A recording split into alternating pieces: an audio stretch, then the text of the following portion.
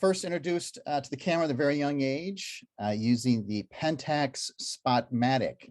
Todd Felderstein continues to shoot professionally in tandem with his career as a director in film and theater.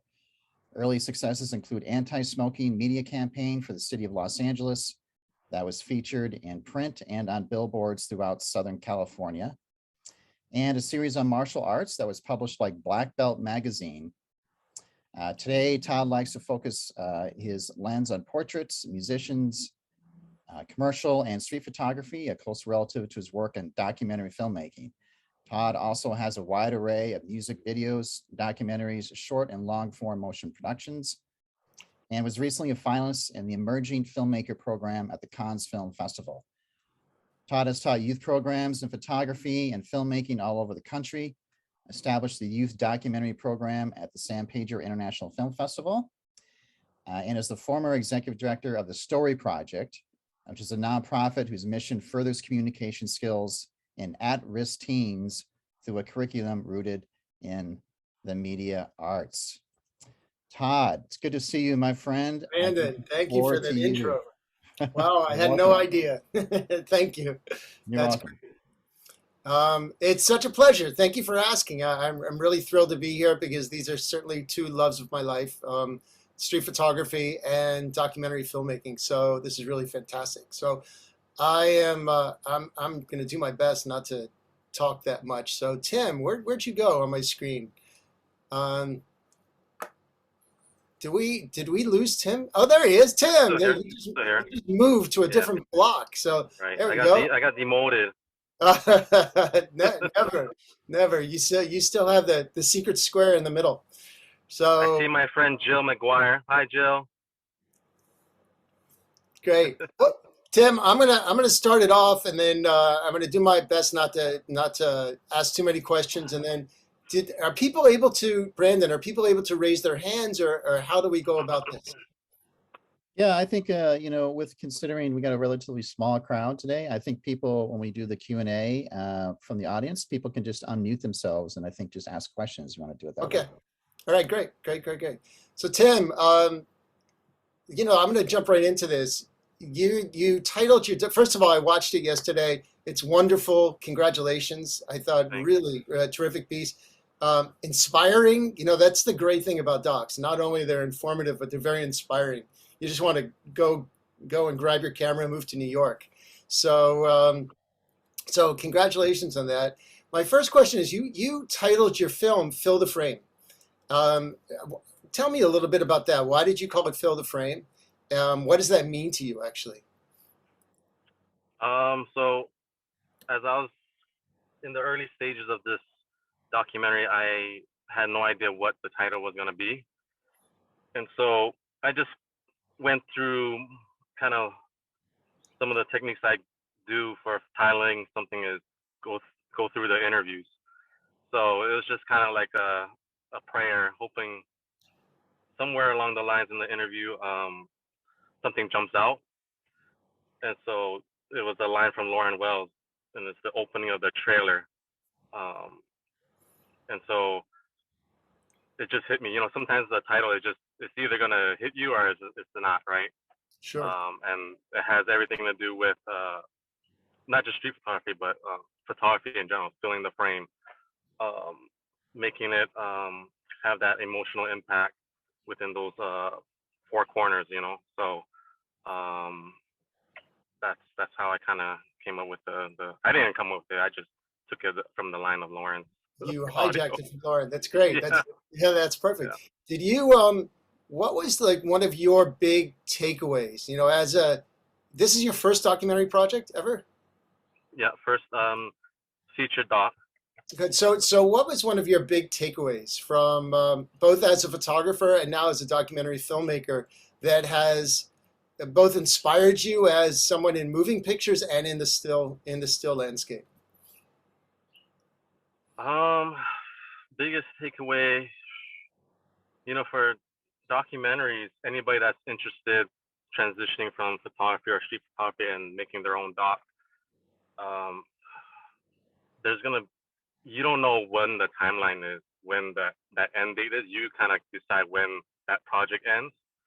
So a lot of like colleagues that I know, they will start off a doc, and 2 years later they just get burnt out or not interested in the same topic anymore, and Sure, it sure. just fizzles out. So I always had that in the back of my mind, like before I even started the doc. Is this something that I can go through the ups and downs? It's an emotional roller coaster, right? Right. Especially when you have limited resources, and for the most part you're a one-man band. So um, I knew I had to pick a topic. I always wanted to make documentaries. Documentaries is just a thing that I've always enjoyed watching, and when I was in school, that's the department I gravitated towards. I was like the Mhm. only one in that department. Everybody else was in narrative, So I knew I had to pick a topic that I'm really, really interested in, and I'm willing to go through far lengths with, and to have somewhat access to the subjects, because documentaries is all about having access to who you're filming and having that trust, right? So I think those are kind of my takeaways of making of filmmaking. Um, yeah, I don't know if that answers your question. It does. Do you want to talk about how you have a wonderful slate of photographers? You want to talk about how you were able to choose them and Yeah, access, yeah, build up on that access? yeah. So all the photographers, for the most part, I was following on Instagram, more or less. And I just send out a questionnaire, kind of a generic questionnaire: who, what, when, where, why, via email to not just the cast, but other people um, that I thought might be interesting to film. And I base it off of the initial, just their photography work, Mhm. and not knowing too much about their background. So what sold it for me is like you can't just have a good portfolio, especially for a documentary. You need some kind of interesting story to share, interesting background, um, and that's kind of how I guess, the the funnel of cast members went down. Paul Kessel, um, I met him in a workshop in San Francisco, and then we just kind of kept in touch here and there. So he was really the one that kind of advocated for me to, pursue it. He just was like, hey, why don't you just go for it? Um, I think I would bother him like, hey, what do you think about this? But having his support, it was just like a snowball effect. Because the other photographers I didn't know personally, but I just reached out to them via email, Okay, and I'm happy with who I got. They jumped on the train, and we just went rolling. that's great. You froze there for a second. I'm hoping that everybody else is good. All right, all right, cool, Just cool, good. cool.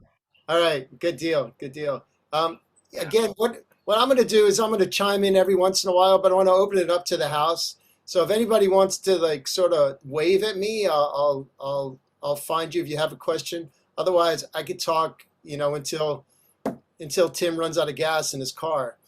So. Yeah. So, all right. Yeah, just wave. You make sure your camera's on. Just wave, and I'll call on you.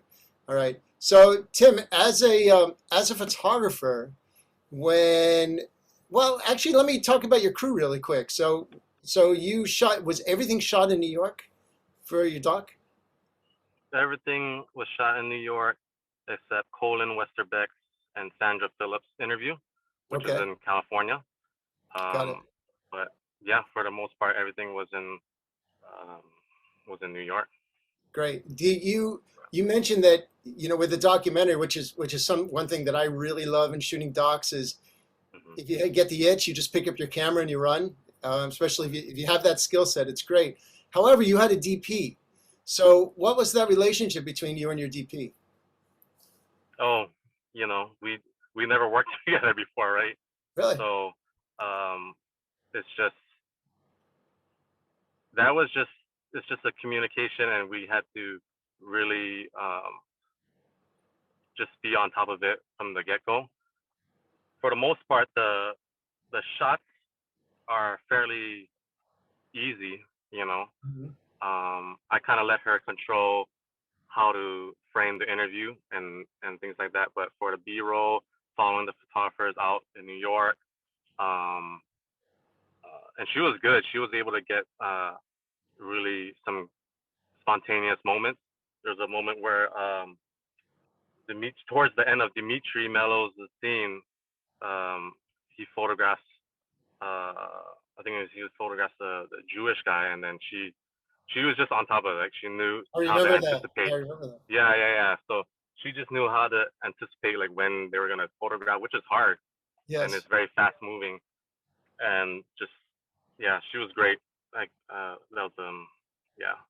There's so much in when you're doing documentaries. There's so much about what you're talking about timing, and the other thing is that when you do an interview of somebody, the most profound moments are usually at the end when you say, "Oh, that was great, thank you very much," and they think that you've turned the camera off. Did you notice that? That one, not too much. I mean, everybody seemed pretty comfortable Good, good, good, good. from the get go. I think because I kept I try to keep a high level of communication with them, just because I'm flying from Hawaii to New York.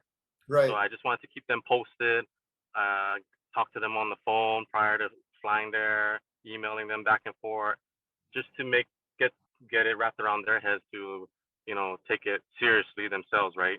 right. And they're talking about street photography, which is something they love, and then their backstory. So it was Good. it was good from the get go. So with your DP, and by the way, I thought the interviews were beautiful. They were shot really, really well. So with your DP, when you got onto the street, were you both running camera, or was your DP running camera and you were whispering over her shoulder? How did that work? Yeah, no, it was just her.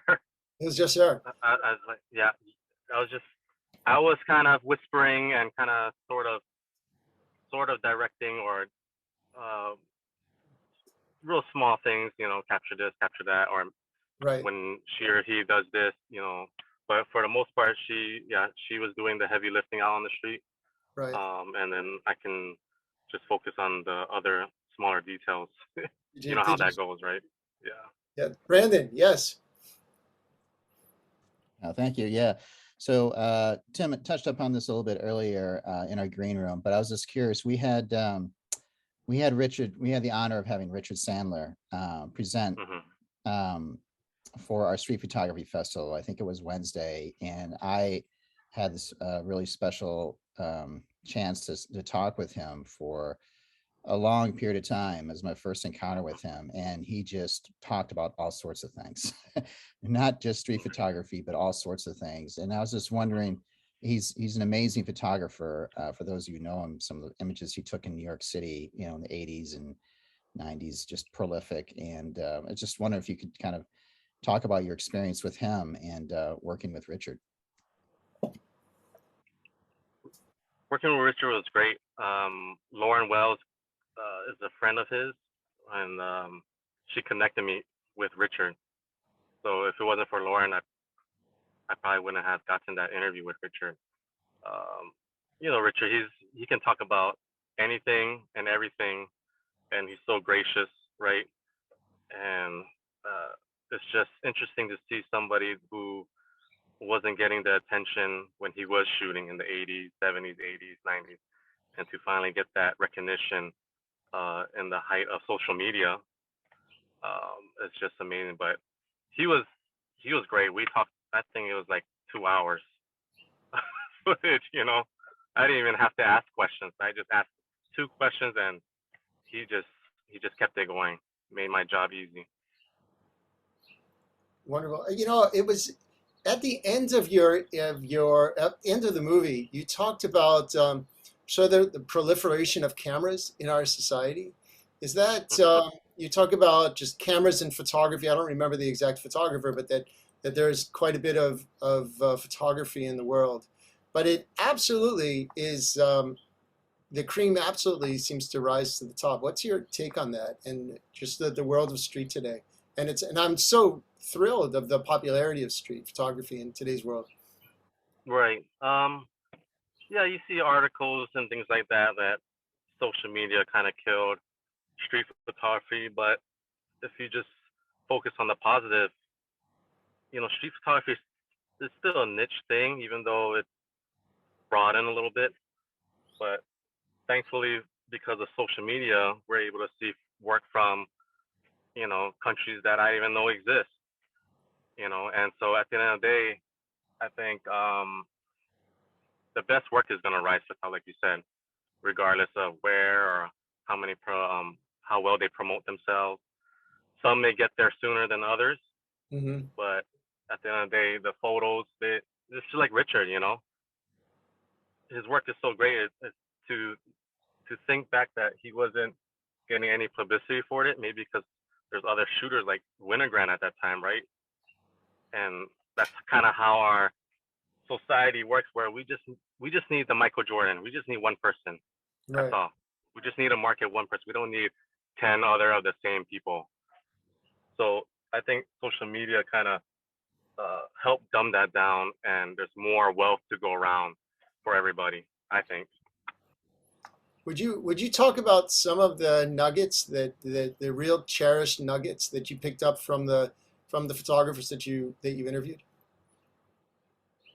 I think just for them to let me into their lives, and talk about some of their backstories. Mm-hmm. Some of them were very personal, like John Ebbing Higbee's high school situation. Right. There were some other things, but it didn't make the cut. But it's just for them to share that and to trust me. That's the things that I'll forever cherish or take with me. Right.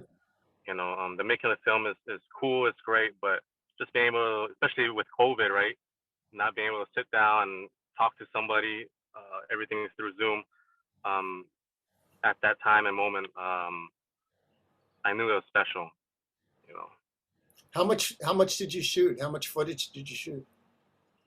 Oh, well, we filmed 10 days Okay. when I was there, but we still filmed afterwards when I brought it back to edit the scenes around. So it was still things were still being recorded after the fact, but maybe like 4 terabyte worth of footage. Okay. All right. Not too bad. Got it. And your editing process took how long? Oh, I was because I was doing this late at night, kind of on the side. It was really like a part-time job. Sure. I would transcribe the interviews. Maybe you have a similar process, but I kind of edit based off of the interview on a Word doc. Right. And then I slowly kind of move things around. I put it on my wall and highlight certain key sentences and kind of really old school way. That's very feature film, actually. It's very yeah, and so, very narrative. And so I would only attack it when I had the time and energy. If I was missing one of the two, then I just would save it for another week or something. But Got it. that's kind of how I went about it. And then, once I grabbed that line from this timestamp, I put it here and then just see how it comes together. So good. That was kind of my process. Cool. Brandon, go for it. Yeah, I just want to say I really liked how you mixed in some historical street photographers with the contemporary photographers, and I'm sure you did that purposely. What were some of the decisions and that going into choosing some of those pioneers in street photography? I know you had like Gary Winogrand. I'm assuming these photographers were inspiration for you. And I was wondering if you can just kind of touch on that in your process for making those selections.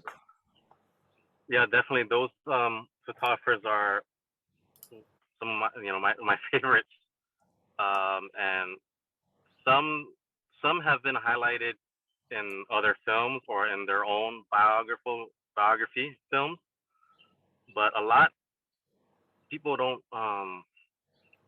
Like I would try to grab people that made a big impact on the genre. William Eggleston is an example.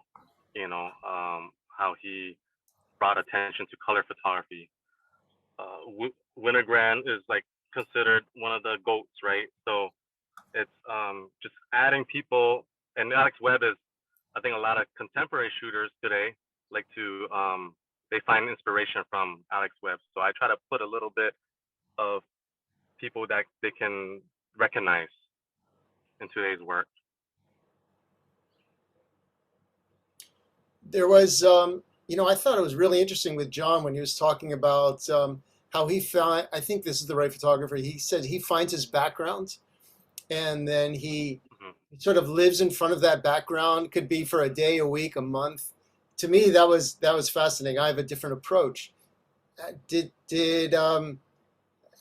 you? What other things did you pick up from? I don't know how does that affect you as a photographer, as a street photographer? Is that something that you do? Is that your approach, or what are some of the ways that you shoot, that you typically shoot? Yeah, definitely. All the photographers, they shoot very differently, right? Right. Their process is different. They see, and it's usually basing it off of their own experience. Like Melissa O'Shaughnessy, because she's a mother and grandmother, and she has experience raising kids or being around kids. That seems to get her attention when she's shooting street photography. And then Higby, he looks for a nice, clean background or interesting background, and wait for the pieces to fall. For me, I just walk. I'm just like probably like everybody else. I just like to walk and shoot. Theirs is like a lot of the shooters in the film. They're a little bit more methodical of how they work. And that's why their work is great, right? Their process, their thinking is different, and Sure. a lot of them they've been doing it for at least 10 years, 10 plus years. So Right. before I compiled the cast together, all of them were on a great trajectory anyways, and then after the film came out, they got, not because of the film, but after the film, some of them got their own books published. Right. Paul Kessel won probably the most prestigious street photography festival, Miami. So it just goes to show the talent level that's in the film. Right. Right. What's the approaching people in Hawaii? How do people respond to street photographers in Hawaii versus New York, or versus anywhere? Hawaii. I think Hawaii, the locals they see you with the camera and you point it at them and they catch you. They kind of give you a stink eye. It's a little bit slower paced than New York because there's a lot less people. But you just do your techniques, right? You walk away, or you smile, or you just act like you don't know what you're doing. I never had any real confrontation moment, but it's interesting. I just did a workshop. Mainland school flew down, and I just did a workshop, and a couple of the students had like confrontational moments, and which was really weird for me. So I told them my past 12 years I've been shooting, I never had any happen to me. So knock on wood. Right. I mean, I've been teaching teens forever with LACP, and that's a big thing that we go over is confrontation. The beautiful thing with working with teens is that people usually see a teen and they're like, okay, sure, fine. And then you get to into your 20s and it becomes a different situation. But yeah, that's interesting. So Matthew, yes. I wanted to know kind of like what was the impetus that made you want to make this film? I know you got into street photography, but it's quite a commitment of your time and money and effort to make a documentary. Was there a single thing that happened that pushed you in that direction, or what was your motivator? I've always wanted to do a feature documentary, and it's hard to documentary is hard. You need to find a good subject, and a subject that trusts you and all that. So I've always wanted to do a feature documentary. It was just one of those things that I needed to check off. Whether it gets screened or played, that didn't matter. I just needed to do a feature-length documentary. And I just felt like with the resources we have now, with was it crowdfunding, being able to solicit through on-demand, social media, it's the perfect time to be a filmmaker. You know, it's there's no better time to be an independent filmmaker. Mm-hmm. Did you go out and rent your gear, or this is all stuff that you bought, or over your Yeah, shoulder? aside from the DP, because I've done some filming for B-roll stuff up there. The equipment, I have my own equipment because I'm a working video person too. Gotcha. So you know, that's the other thing. It's finding the topic, what skill sets do I have. So I have a basic understanding of video production and editing, right? I went to school for it, and I work in it. So, and then the other thing was, who's my audience? And actually, that's probably the most important thing before the other two I just mentioned. So I always knew, okay, I have a niche audience. It's the street photography community. Right. How can I make it a little bit more broader so that it's not just for a street photography fanatic? I gotta reel in these cast member stories, backstories, humanize them. Mm-hmm. And so I think I did that. Yeah, you did. Beautiful. Yeah, Diane. Yeah. I had congratulations, Tim, and thanks, LACP. Thank you. Two questions, really. As a street photographer, it's important to me to stay fairly incognito. And then now you're adding a film crew, group with us. And I was very impressed with how comfortable the photographers were being filmed, but also how the people on the street didn't seem to mind. Is that a function of editing, or was that what you found? And my second that's what we found. Yeah, really? Oh, that's great. It's really great. My second question is about the sequence, how you decided to sequence the photographers. Can you talk a little bit about that? Okay. So the first question, yeah, it's just New York. It's a 2-3 person crew, unless it's a recognizable celebrity, that people aren't going to bother. We did get stopped in the Bronx, well, that's another story. But for the most part, people were they just didn't bother. The sequencing, definitely, I would say my strong skill set in video production is editing. So it's not like I had the sequence all formulated in my head.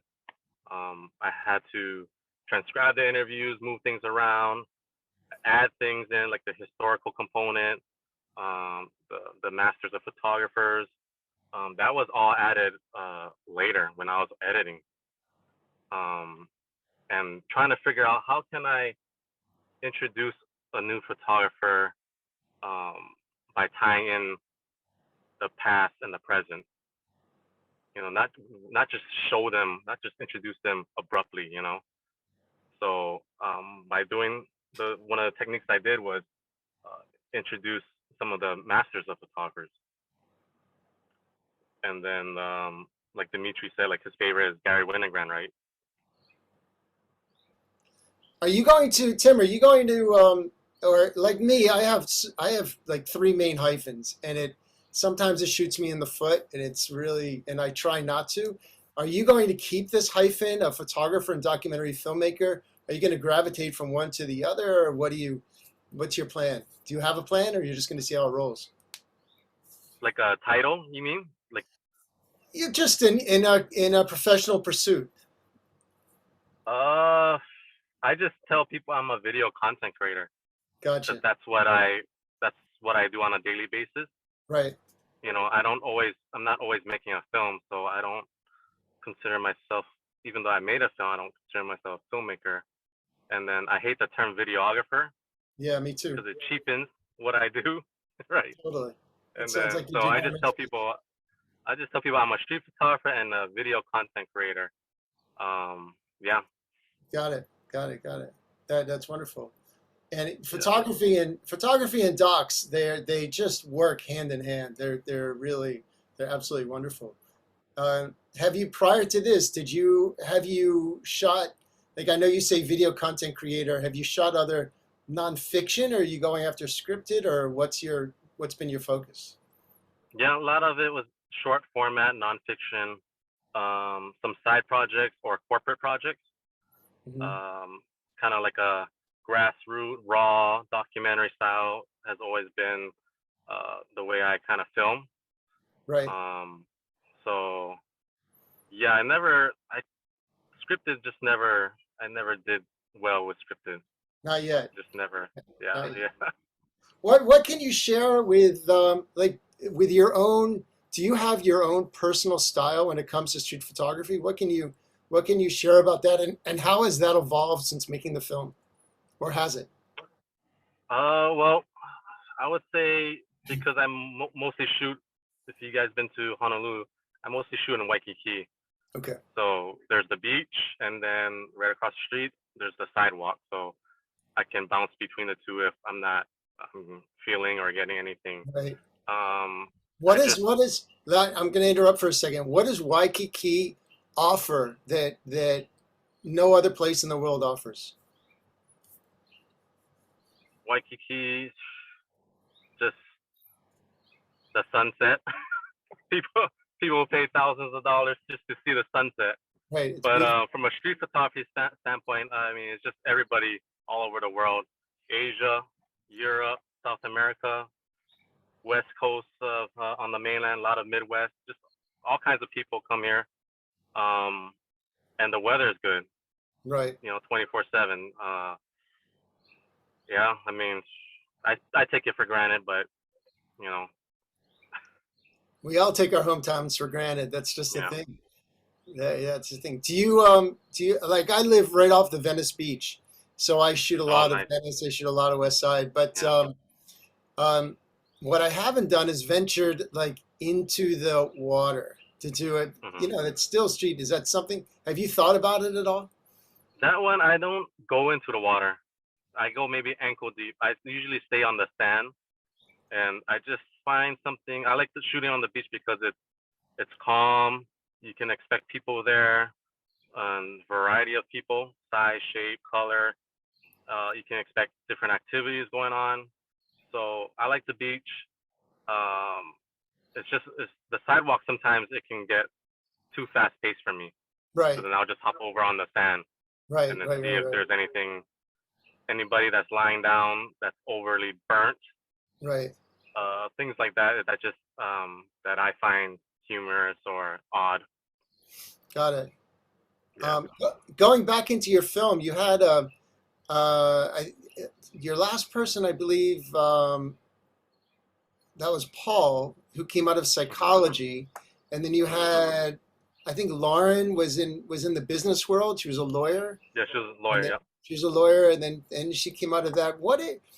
It's really interesting that you have. I mean, psychology. There's so many overlaps between psychology and photography and filmmaking and so forth. Just really getting into people's heads.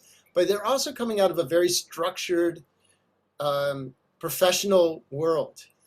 How did you see that? Did you see that they took that structure and brought that into their creativity, or did they completely break the mold? I would think they break the mold. I think I mean, I don't want to speak for them, but from what I saw, the street photography was like an escape. Mm-hmm. Just starting off as a hobby and just something that you can get away from your 9 to 5 or Right. whatever that's holding you back. And then it just catches fire for them. They really just steamroll, right? I think Lauren was second place in Miami 2012 or something, so, and Paul won a couple years ago. So Yeah.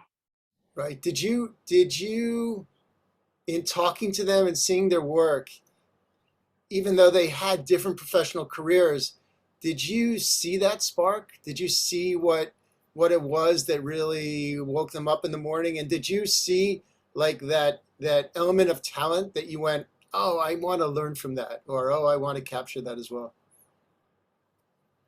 Yeah, everybody's, because when we were following them shooting on the street, because they're so methodical in how they Oh, process, great. they, especially New York. New York is too fast paced for me. So seeing them work and seeing what they're able to get, and just kind of swim through the crowd, Hmm. and process everything. Especially someone like Paul. I don't think he brings, or at least he says he doesn't bring too much of like his psychology experience to it, but it's more of his experience from golf, being Right. like amateur competitor. So seeing that, or knowing that backstory, and then seeing him work and then having them talk about it off camera, uh, that guy is just he's just a competitor 24/7, right? Why So it's why did you interesting. why did you graduate or gravitate towards street photography? I mean, street photography can be a fast-paced situation, and it's unlike, say, studio work, where you Hmm. have control of everything. What is it about street that attracts you? The fact that you can just pick up your camera and go, and you can make art happen. You can just document it as is. I've never, like I said, I never like scripted work or studio work. It's too much thinking. I'm the kind of guy that I just do a little bit of research, go out and do it, and then figure it out later. That's kind of how Right. I work. So street photography is the same way. You don't really think. If you think, you're not gonna really get anything. You're not even gonna Right. press your shutter button. So I just love the process of, hey, I can just go out. I don't need to ask a friend or find a model to do a photo shoot. I can just go out 2 blocks from my house and then um, make some interesting pictures that aren't going to be duplicated again, right? You're not going to see the same guy or girl on that corner at that time of day with that light and that um, background, or the same outfit they're wearing. You're not going to catch that all in the same time. So once you capture it, it's yours, even Right. though you may have captured it in a different angle or a different day. It's still completely different. So that's what I like about street photography. Got it. Got it. Got it. There is um, are there many in Honolulu? Do you have other, like out here? If I go to Venice Beach, there's either going to be tourists or street photographers. There's people out there. Um, Yeah. do you outside of the tourist world, are there other street photographers in the Waikiki area that you deal with? Yeah. So there's a fairly new street photography collective, it's the Honolulu Street Photography Collective. Hmm. There's 9 of us. I'm in the group. Um, but when I got into street photography, which was 11 years ago, I never saw anybody with their camera. Right. Right? This was before social media or Instagram, really. But now you see a lot of people out with their cameras, and it's a good thing, because at that time when I started, I was like, man, there's nobody shooting pictures, Hmm. and it's kind of discouraging. So it's good to see people out shooting and just capturing life, because all the images you see of Hawaii, it's all commercial. It's all the Sure. beauty shots, it's all the money shots. Um, so it's good to see something different perspective. I saw on your website your images are color. Is that your do you gravitate towards color, or is that just what you posted, or what's your relationship between color versus Yeah. black and white? I just like vibrant colors, so red, blue, yellow. I just see it, and that's what I gravitate towards. Um, or something odd happening. A lot of my shots are very like singular. It's just like a one person doing something, or Hmm. uh, yeah. So it's not like a particular style that I'm after. It's just I see it and I just click the shutter button. Got it. You mentioned earlier, like Winogrand and so forth. Is that? I mean, I love that the fact that you put things up on the wall in order to structure. You know, it tells me a little bit about your brain. When you first started, did you go and research other photographers just so you could learn from them, or did you just pick up a camera and go? The only person I researched was Vivian Meyer. Oh, great. That was that's how I got into street photography, because I was in Chicago at the time, and this was before Vivian Meyer really exploded. So I would just look at her blog, her at the time, or maybe it still is today, but her blog site, and I was just mesmerized, you know. And it's funny, I've probably seen similar images like that in Times Magazine or something, but just seeing that, old photos of New York, black and white, and I don't really shoot black and white. It's just something about it. Just knowing that it's candid, Right. I think interested me. Because if it was pose or a photo shoot, then I would have been like, okay, you know. There's a purity and an innocence Yeah. to all of our images, which is Right. quite remarkable. Yeah, yeah, I It's agree. the authenticity, right, about it. Yeah, yeah, completely. Yeah. So going back into the doc world, I didn't ask you about audio. Did you have an audio person, or did it all just go through the camera? All through the camera. So really skeleton crew. Yeah, It's me, DP, and then we're feeding the audio to the main camera. And then we had a BTS photographer intern who right. would show up half the time, but you know, he got some good BTS when he was there. So really skeleton crew. And then when I came back with footage and needed more footage to get shot, we had various shooters. Sure, sure. And you fundraised for this, didn't you? Yeah. So initially it was through my savings account, and then you know how that goes. It's just like, you know what? It surpassed what I anticipated, and I didn't want to go through the crowdfunding right. way, because I don't want the information out in public, sitting there for forever, right? So Sure.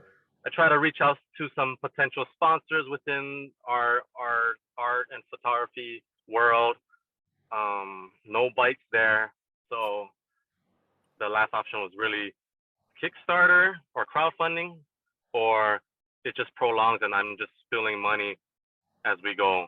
Right. And I had a good momentum, so I just wanted to get it rolling. I felt like cut a decent enough trailer to get people interested, and then it just happened. Will there be a Fill the Frame 2, the sequel? You know what, I would like to. Yeah. Because the original idea was to do a photographer in different country or cities, but because of the resources, I just narrowed it down to somewhere that has a lot of historical components and a lot of different photographers to choose from. Sure. So that happened to be New York. But yeah, I definitely would love to do a Fill the Frame UK, Fill the Frame Tokyo, you know. It definitely has legs there, and potential there. But the effort and starting from ground zero. A lot of work, yeah. I don't know. Yeah. Somebody, I need some help. I might need your help. Give a call anytime. Just give a call. But are there street photographers that you're keeping your eye on right now internationally that you would like to get? I don't really follow the photographers so much anymore. I just see a good image or an image that wins, like LACP. I see the main image, you know, and I go, wow. It's kind of like music. I don't really remember the artist or the album. Definitely, I don't remember the album. Yes, but I know the song. You know, so if I see the photo, I'm like, yeah, that's a good one. Same way. I agree completely. Brandon, I love the winning image. I love that image. Yes, that's a good one. Yeah, Brandon, who is there's a London-based street photographer, Matt. Matt Stewart. Matt Stewart. Matt Stewart, yes. I mean, Yeah. I met Matt through LACP, and great guy and wonderful career. Hmm. Track him down. Yeah. There is I think in London, there's a collective called In Public, I believe, Hmm. street photography Right. collective in London. Yeah. And I think he's a part of that collective, if I'm not mistaken. Yeah. There's some really talented photographers there. Yeah. Yes. Yep. Yes. Wonderful. Brandon, you tell me, how much more time do I have? I was gonna just think we could probably wrap it up in about 5 minutes here. We're getting close to 2 o'clock our time, or 11 o'clock Okay. Tim's time. So Hmm. maybe if anyone has any, and now's the chance, everyone has any final questions for Tim, they can wave their hand or just unmute themselves and just ask a question. And Todd, you've already alluded to it, but yeah, I mean, Tim, what's next for you right now in terms of your projects that you're working on? Oh man, I'm just working on commercial projects, you know, trying to pay that gas bill. I would love to do another Field of Frame. It's always lingering in the back of my mind. I think I was almost sort of gonna pursue it during COVID, but until I get more support from it, Right. that'll probably have to wait. That'll probably have to wait a little bit later. Not to go off the beaten track, but COVID in Hawaii, you know, it's a completely different experience, I would imagine, than COVID here in the States. Were you able to go out and, like, I went out and shot empty streets. It was really quite fascinating. Did you have a similar situation in Hawaii? What was that experience? Yeah, COVID helped me get out and shoot, Mm, because I didn't shoot for a good year because I was editing the film. So I went on hiatus from shooting just because I would put all my extra time editing the film, putting the film right. together. So when COVID happened, it just made me want to get out and document the empty streets, because it probably and hopefully nothing like this will happen again, you know. So Right. yeah. Here's something that's curious, is that I've been to Hawaii, but I'm not all that familiar with it. And I know that there's a local environment, and then there's a tourist environment, and it's Right. night and day. Mhm. And it, for me, you know, as a tourist, the local environment would not necessarily be that accessible to me. Is that true? Do you have an experience in that? I think there's certain I think there's certain patches, you know, kind of sort of like everywhere else. There's certain patches, but um, you know, Hawaii it's diverse group of Right, people, you know, so there's gonna be certain neighborhoods, certain areas where, yeah, what are right, you doing here? Right? right. But even for me, some people don't know that I'm local, or Hmm. think I'm local until I open my mouth, and then they kind of hear that pidgin English a little bit in my accent. So yeah, it's hard to. I think it's like New York. It's like hard to know who's local, who's not. Yeah. So Hawaii is kind of the same, and a lot of the locals are leaving the island for better opportunities on the mainland, and so, you know, round and round. Got it. Yeah, I Yeah. got it. That's cool. Um, that's all I've got. Todd, sounds like you got to get yourself out to Hawaii here pretty I soon. do. I do. Yeah. And next time Yeah. I'm You let there, me Tim, know. I'm going to give you a call. I'll Yeah. join you. Yeah. Yeah, We'll meet please. up with Tim. We'll meet up with Tim up there. Have a good time. Yeah. Definitely. All right. So, listen, Todd, thank you so much for your time, for Pleasure. moderating and for doing this today. Appreciate it. Thanks for asking. Yeah. And Tim, great to meet you. Thanks for allowing us to see your beautiful film. Really appreciate that. Yeah, it's a great piece. And Yeah. and thanks again. Thanks for the that. opportunity.